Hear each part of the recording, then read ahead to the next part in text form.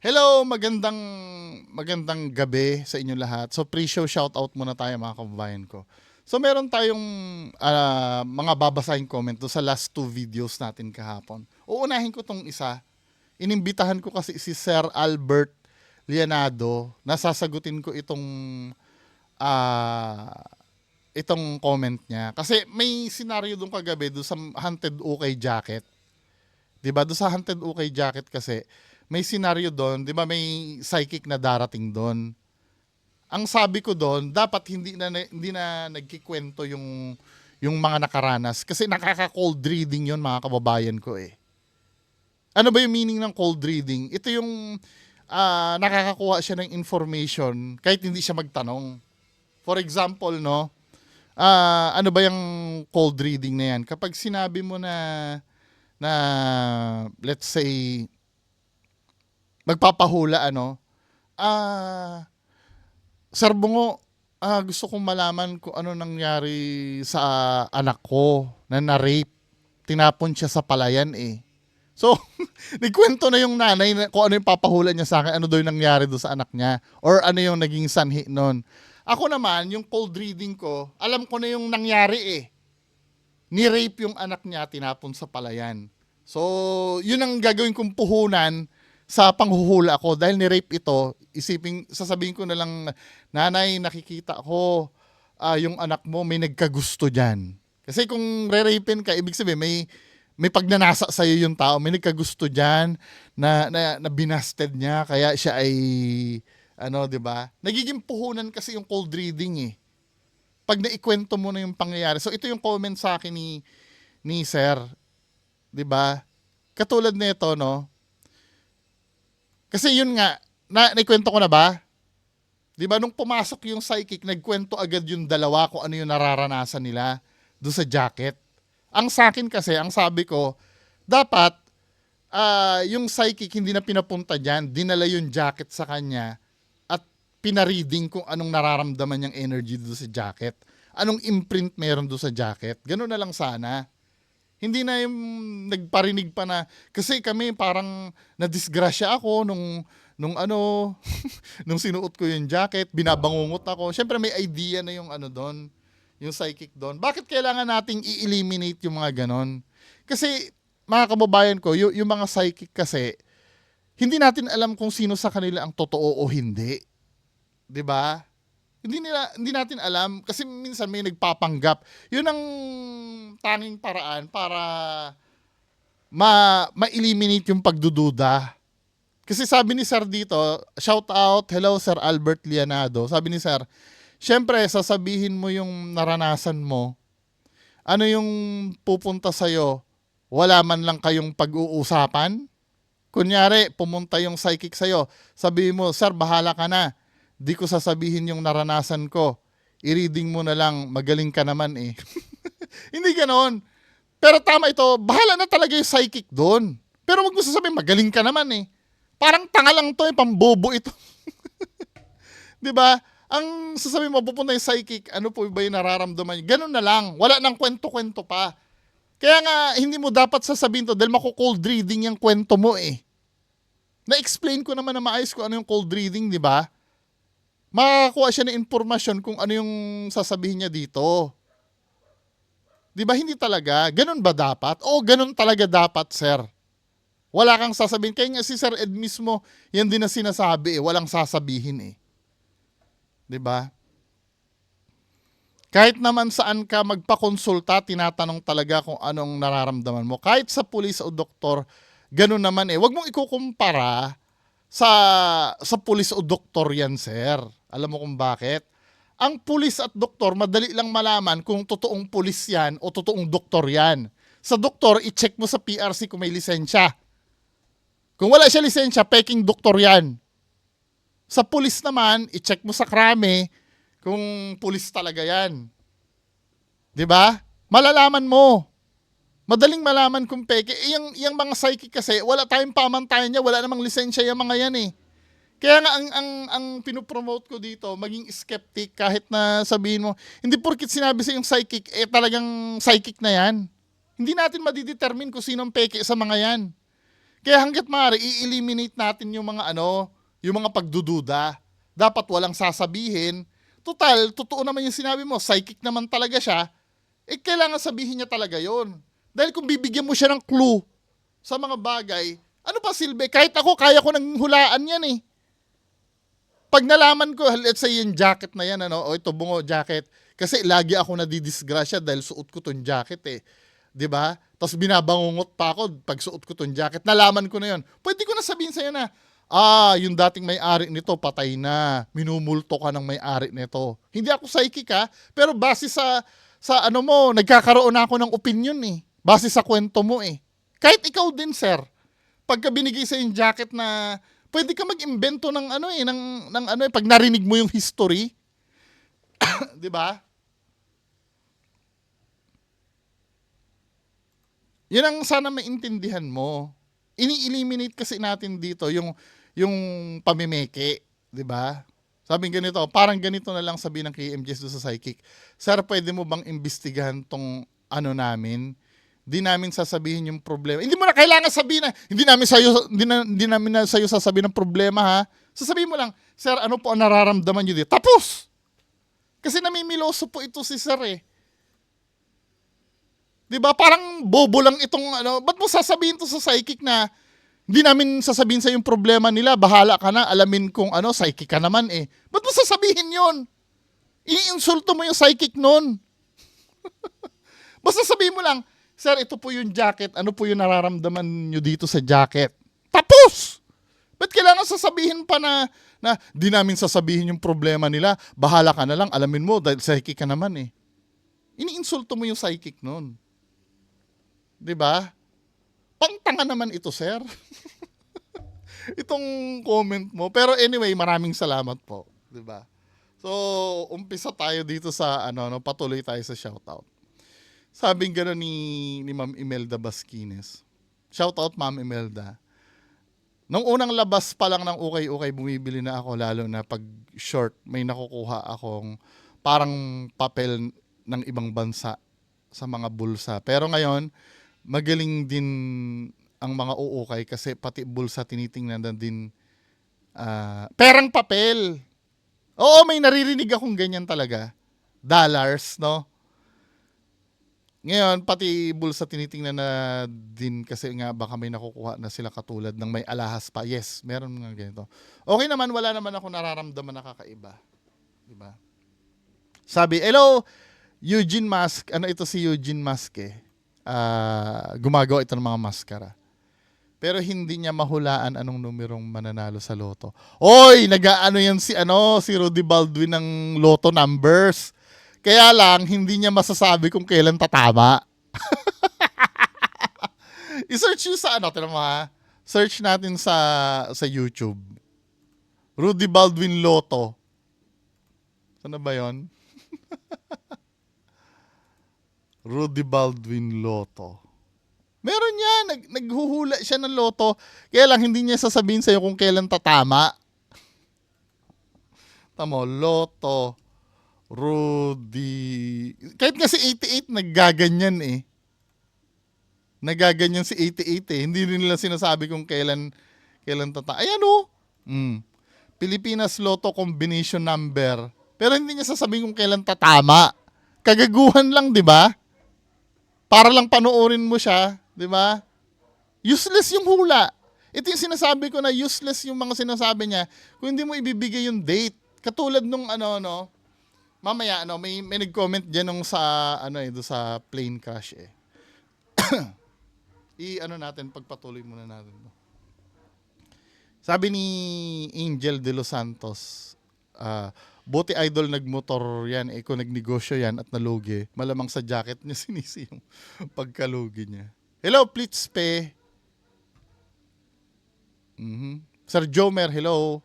Curious ako sa Randonautica na app. Totoo bang may weird stuff na nangyayari doon? Yun yung ituturo ka sa lugar, Pero sabi nila daw, minsan kasi ituturo ka lang. Ito parang ang nangyayari sa Randonautica, parang confirmation bias din eh. Let's say tinuro ka ng Randonautica sa Palayan, Pupunta ka sa palayan, may i-expect ka doon na mangyayari. At pag may narinig kang kaluskus doon sa tinutok sa tinuro ng randonautica, confirmation bias, nakakatakot yun, dito kasi ako tinuro ng randonautica.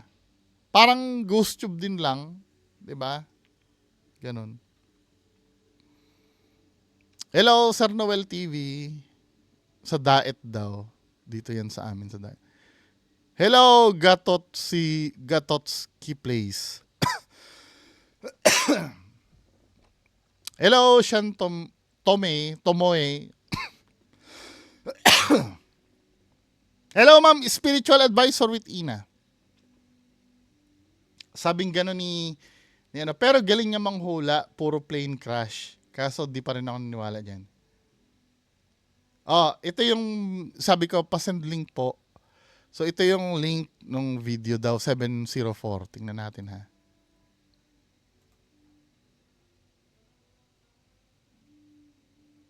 Bulkan sasabog daw.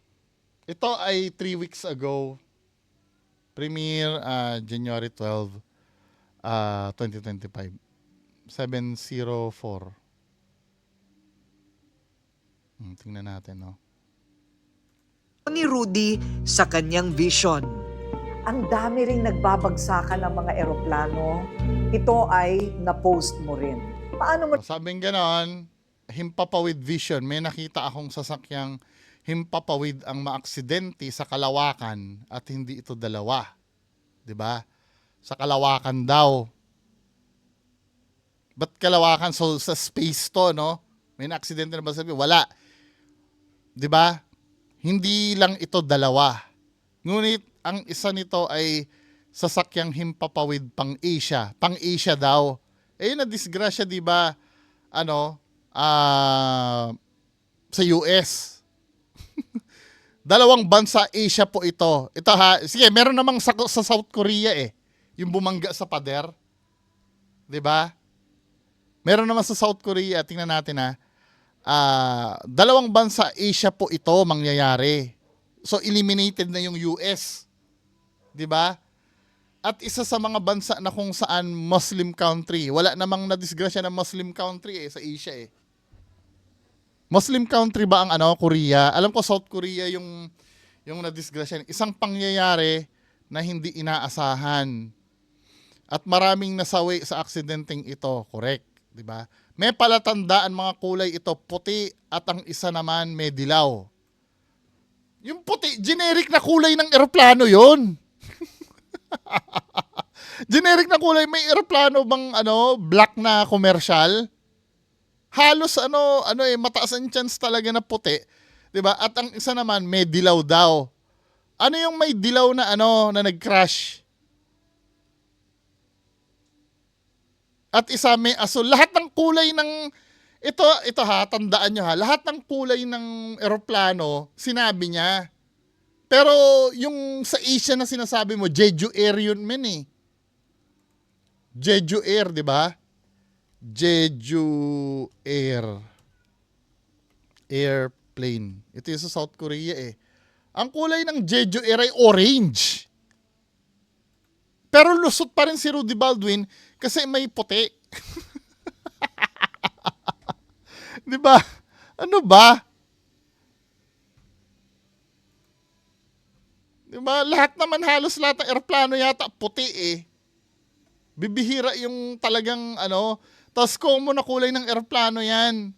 Yung may dilaw, may asul, lahat ng ng color minention 'Di ba, men? Isang pangyayari na hindi mawari ng lahat. Halos nasundan pa ito ng ibang bansa. Nakita ko din sa bansang India ang aksidente sa himpapawid. Hindi India. mo nakita ang vision na yan? Una niyan, madaling araw. 'Di ba? Pero I'm so sure mga kababayan ko, no? I'm so sure kapag hindi nangyari to, hindi nyo naman kakalkalin ito Ang pinakatumama lang talaga dito, aksidente, 'di ba, sa himpapawid. Actually, hindi Nakalagay sasakyang himpapawid ang maaksidente sa kalawakan sa space daw. Yung Jeju Air, dito na naaksidente sa airport eh. Sasakyang panghimpapawid siya, pero sa kalawakan siya, maaksidente, 2 sa space. Pero ang nabasa nyo lang, sasakyang himpapawid lang. Hindi nyo tinignan yung detail, debunk pa rin. Di ba? Actually, kahit pa sabi mong tumama lahat yung sinabi niya, wala pa rin yan dahil wala naman siyang date na sinasabi eh. Useless pa rin itong hulang ito eh. Di ba? Anyway, pagpatuloy na natin. So, debunk ito kay Rudy Baldwin ha. At saka, sa ayaw sa gusto mo, may mangyayari at may mangyaring aksidente talaga. Hindi siya, Hello, Sir Bax Ayan. Hello, King Tan. Sabi nga, may napanood ako niyan kay Sir Ed. May imprints kasi daw yung mismo. Sa may-ari. Now, depende daw if yung may-ari is namatay na ng maayos or namatay with masama loob. Hello, Sir Momong. Naawa ko sa jacket na sinunog. Same here. Bumili rin ng mga okay items. Siyempre, nilalaban din ng todo. Yung mga t-shirt niya sa okay maganda. Yung mga Siyempre, pipiliin mo yung medyo bago-bago pa itsura. Huwag yung luma, di ba?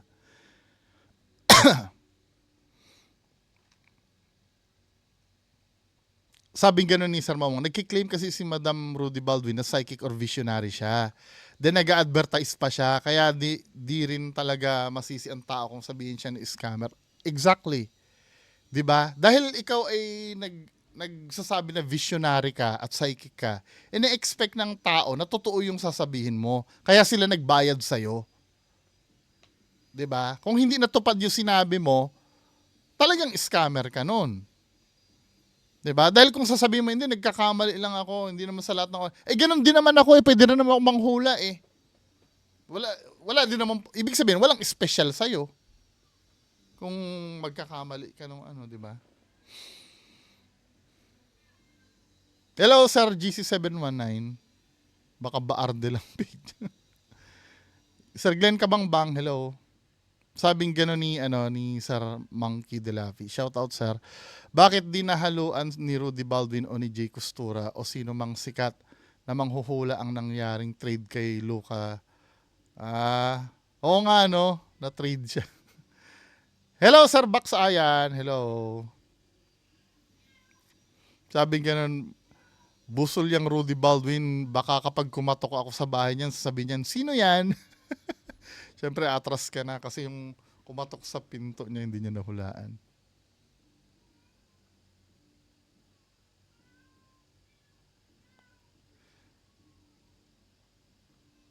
Sabi ni Sir El Jaco, ukay-ukay dito, isang malaking building, kung tawagin ay Goodwill. Ang tawag ng ukay-ukay dyan, Sir El Jaco, sa US, thrift store, thrift store.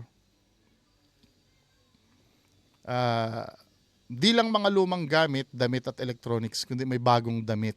Shoes na meron pang tags galing sa mga kilalang clothing stores na dinodonate nila. Siguro yung mga pull out, Hello, Sir GC719. Sir John Mark Balones, hello. El Jaco.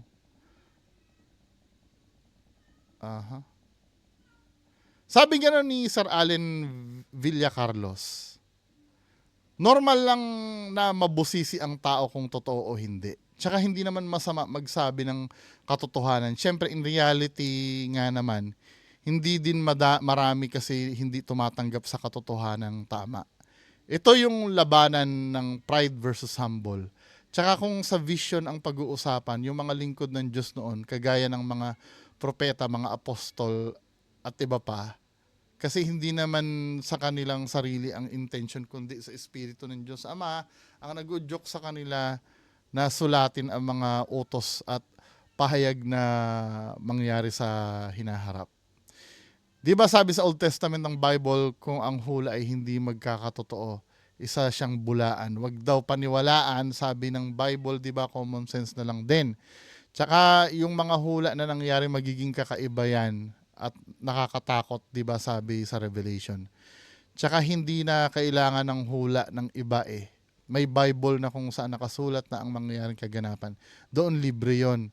Kapag nangaral ang lingkod ng Diyos, walang bayad, libre yung mga natatanggap nila na pangangailangan nila noon ay kusang loob ng mga taong yon. Hindi sila nang hihingi.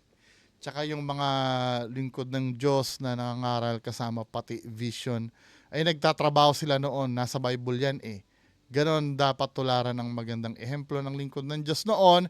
Hindi kagaya ngayon, tsaka hindi na need ng vision sa panahon ngayon kasi naihula na ng lingkod ng Diyos noon ang mangyayari.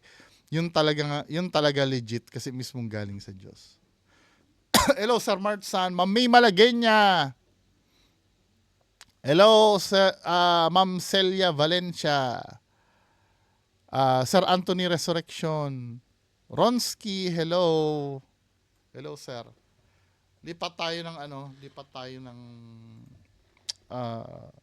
video. Yung video din kagabi.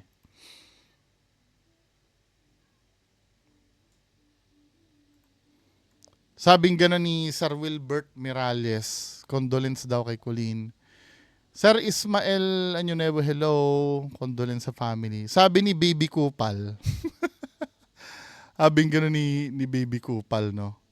Mabigat kalooban? Ulul! Wala kang ampaki dyan nung binira ng mga dati mong alipores eh. Tapos ngayon aakto kang ganyan na parang akala mo concern ka talaga. Ilang weeks nang wala yung tao. Ngayon mo lang nabalitaan kung wala pa magbalita sa'yo. Ganyan ba talaga ang totoong kaibigan? Ungas ka talaga. Hilig mo magbida-bida tapos mga comments sa video mo, condolence.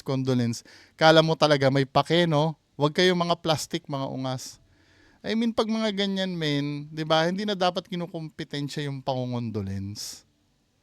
Eh, di hindi. Kung ayaw nyo, di ba, kung kayo yung totoong kaibigan ng tao, di I'm so sorry. Di ba, di kayo na. Pati pa ba naman pagkukondolence, ikukumpetensyahin pa natin? Di ba, namatay na nga yung tao, hindi na lang magsama-sama tayo na makiramay. Bawal ba yon? Hindi kung bawal, di sorry, hindi na. Hello, Ranmes Channel, Ma'am May Malagenya, hello po. Sir Mori, ay, Ma'am pala, sorry. Ma'am ka, ano, Ma'am Mori. Mas proud ako sa mga kabataang nagsusumikap o kumakayod para makatulong sa kanilang mga magulang na hindi pinapangalandakan pa sa mga kapwa nilang kabataan o sa social media o sa buong mundo na parang sila lang ang kumakayod at tumutulong sa kanilang mga magulang. Mas okay sana kung nagbigay na lang sila ng advice sa mga kapwa nila, mga kabataan. In a good way, hindi yun parang nagpapamuka pa. Kasi minsan, instead na maintindihan ng mga kapwa kabataan, lalo na yung mga natatamaan, may inis na lang talaga dahil nasasaktan. Oo nga, ano, let's say, wake up call yun sa mga kabataan na, na natatamad-tamad dyan, di ba? Wake up call sa mga kabataan yun na tatamad-tamad. Sabihin natin ganon, kaya lang hindi nakakainganyo yun na maging inspirasyon ka eh. Siyempre, pride nun, matatamaan. Tama yung sinabi ni ma'am. 'Di ba? Mayayabangan sa'yo dahil natamaan sila. Hindi magiging effective yung yung pagiging inspirasyon mo. 'Di ba? Pero kung hindi ka siguro nagpatama, mas maiintindihan ka lalo na yung ibang kabataan na talagang tamad, 'di ba? Sabi ni Sir Allen Villa Carlos, maigi sa akin yung may tinapos vocational or college. Alin man doon, pwede na yon kasi kapag walang tinapos sa pakiramdam ko, parang limitado. True ito. 'Di ba? Parang pag wala kang tinapos, 'di ba may mga siniswerte naman. May mga siniswerte naman na pero kadalasan siniswerte niyan yung mga walang tinapos sa negosyo yan. Kasi yung mga walang tinapos, ito yung mga magagaling sa mga alam mo yung mga streetwise. Yung mga, iba kasi yung talino na galing sa school at iba yung talino na laki ka sa kalye. Nasa real world ka din rin eh. 'Di ba? Pero limitado ka pa rin. Halimbawa kung magtatrabaho ka, ano. Kaya nga mas maganda kasi parehas talaga eh. Diskarte at diploma eh. 'Di ba?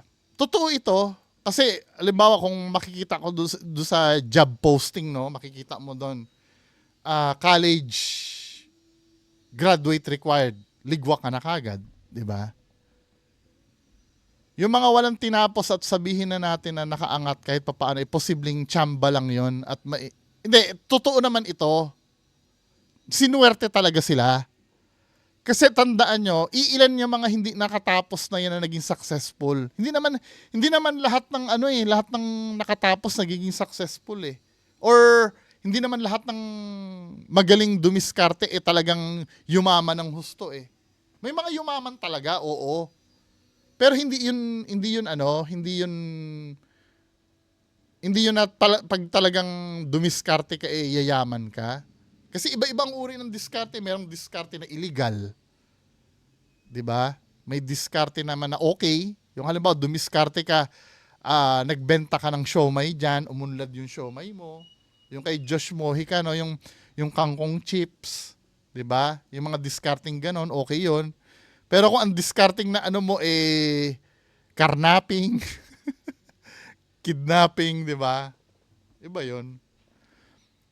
Kaya nga, yung medyo mababa ang chance talagang maging successful. Hindi ko naman sinasabing walang chance, 'di ba? Mababa ang chance. Sa bagay, equal lang talaga lahat ng chance eh. Kaya lang yung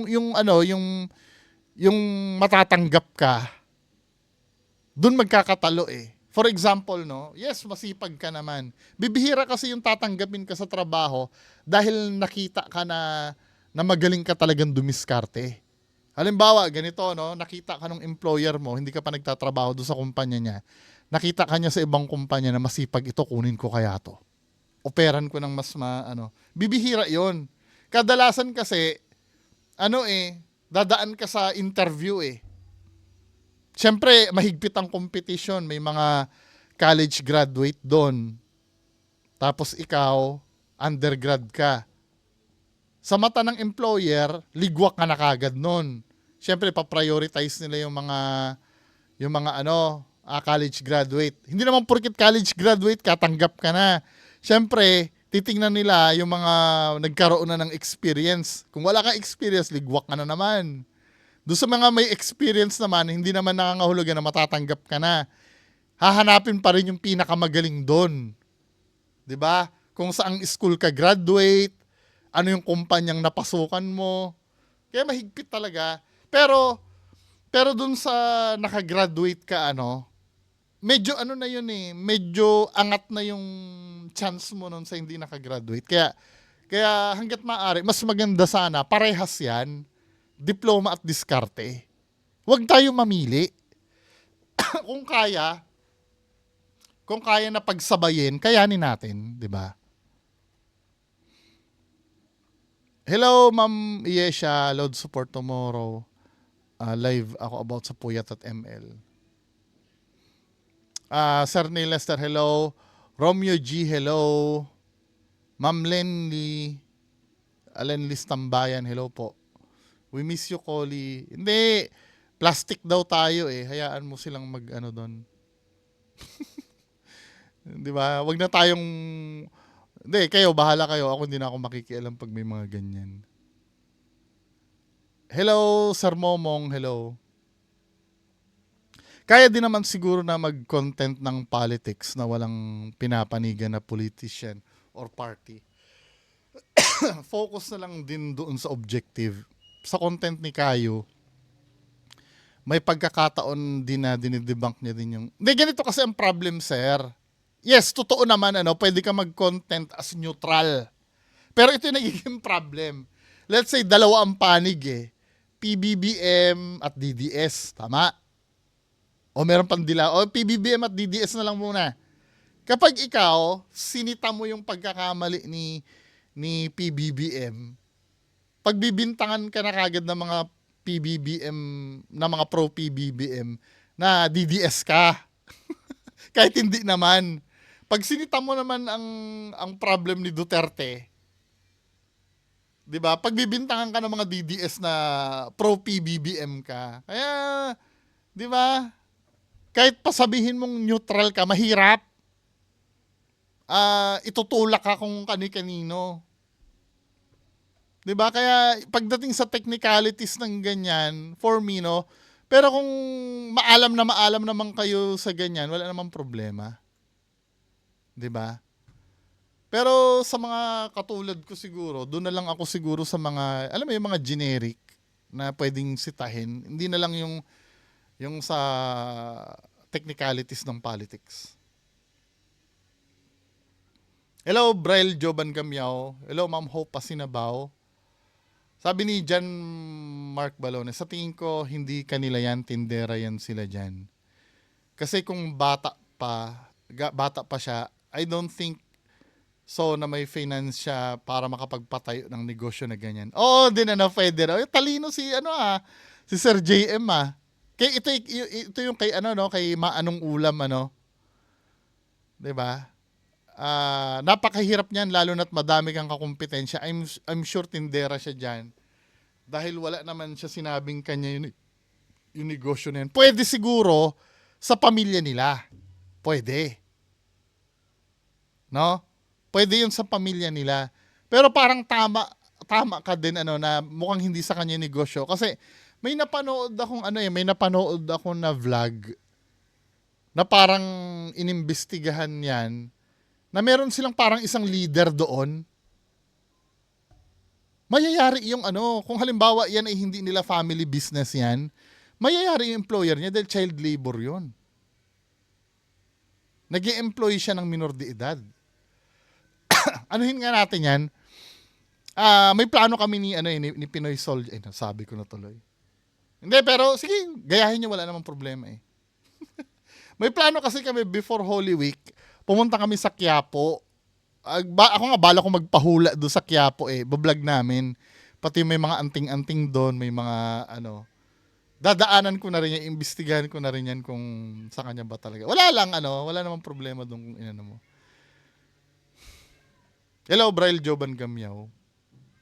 Sabi ko ni Baksay, nanonood ako kay Sir Caio, basag si Boss Mike Takero, Jared. Ito kasi yan eh. Dati kong kagrupo ito sila Boss Mike eh. Sila Takero at si Coach Jared dati. 'Di ba? UTW, alam niyo yung dati United Talino Warriors. Ang problem kasi sa kanila, hindi na sila for the truth eh. Talagang BBM defenders na sila. Na yan ang mahirap kasi na minsan kahit may mali na mauobliga silang magtanggol kay BBM. Kaya hindi ko rin kaya start nung tumanggi ako kay Boss Mike. Hindi na ako pinansin ni Boss Mike eh. Nung ni-recruit niya ako diyan. 'Di ba? Nung tumanggi ako. Hello, Sir Martsan. Joan Bustillos, hello. Ma'am Imelda Basquines, hello po. 'Di ba? Sir Rafi Medina, Angel de los Santos, magandang gabi po. Ma'am Imelda Suganov, hello po, sir. Ay, ma'am, sorry. Ma'am Ashley Mendoza, hello. Juniebla, hello. Magandang gabi sa inyong lahat. So, proceed tayo sa main content natin, mga kababayan ko. Magandang gabi sa inyong lahat ulit. Bye.